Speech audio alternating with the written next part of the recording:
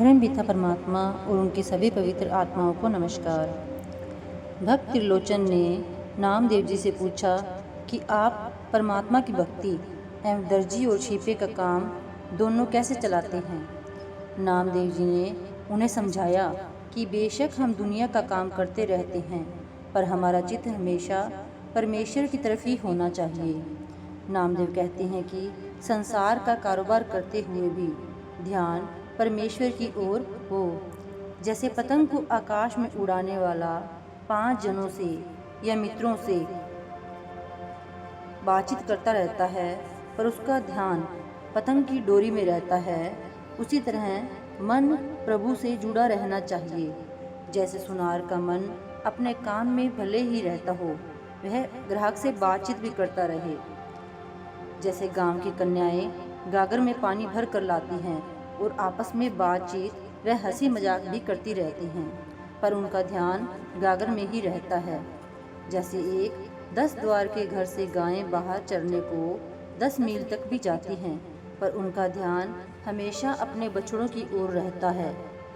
जिस तरह से माँ घर का सब कामकाज करती रहती है, पर उसका ध्यान पालने में लेटे हुए बच्चे की तरफ रहता है, उसी प्रकार हे त्रिलोचन, दुनिया के सब कार्य करते हुए ध्यान हमेशा परमेश्वर की तरफ ही होना चाहिए।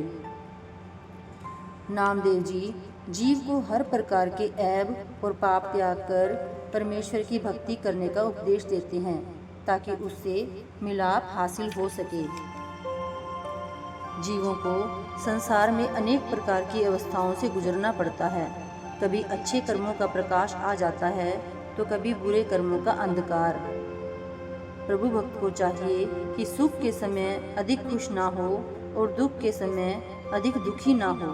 समभाव से मालिक का भाना और उसकी मौज समझकर मन को अडोल रखे। एक नाम से ही निस्तार होता है, और जिसे सद्गुरु मिलता है वही भव सागर से पार होता है।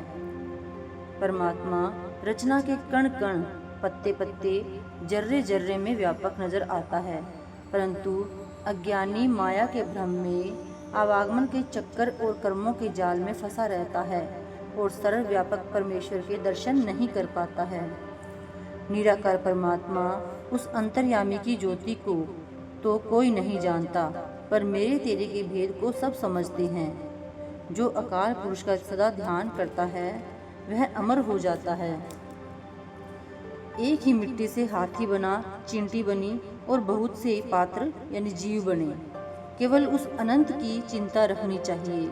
नामदेव जी कहते हैं कि निष्काम रहना चाहिए, फिर कौन मालिक है कौन दास। भक्त और परमात्मा एक ही हो जाता है। वही सच्ची प्रीति है जो परमात्मा खुद पैदा करे। नामदेव जी शिक्षा देते हैं कि कोई भी संकट आए, परमात्मा को नहीं छोड़ना चाहिए।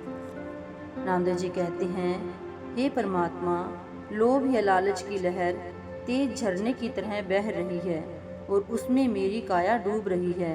हे परमपिता, इस संसार रूपी समुद्र से मुझे तार लो। तूफानी हवाएं चल रही हैं और मैं खे नहीं पा रहा हूँ। हे परमात्मा, तेरा किनारा मुझे नहीं मिल रहा। तूने दयालु होकर मुझे सतगुरु से मिला दिया। हे परमात्मा, मुझे पार उतार दे, मैं तैरना भी नहीं जानता। हे मालिक, मुझे अपनी बाह दे, मेरी संभाल कर। संसार की सभी वस्तुएं नश्वर हैं, केवल परमात्मा ही सत्य है, इसलिए निर्भय होकर उसी का ही भजन करना चाहिए। परमात्मा सब तरह से समर्थ है, पर अपने भक्तों के वश में है। वह कहता है कि मेरे अनन्य भक्त मेरा ही अपना रूप हैं।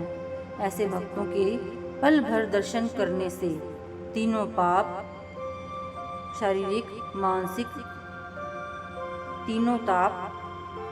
मानसिक व आध्यात्मिक नष्ट हो जाते हैं और उनके स्पर्श से गृहस्थी के कूप से मुक्ति मिल जाती है।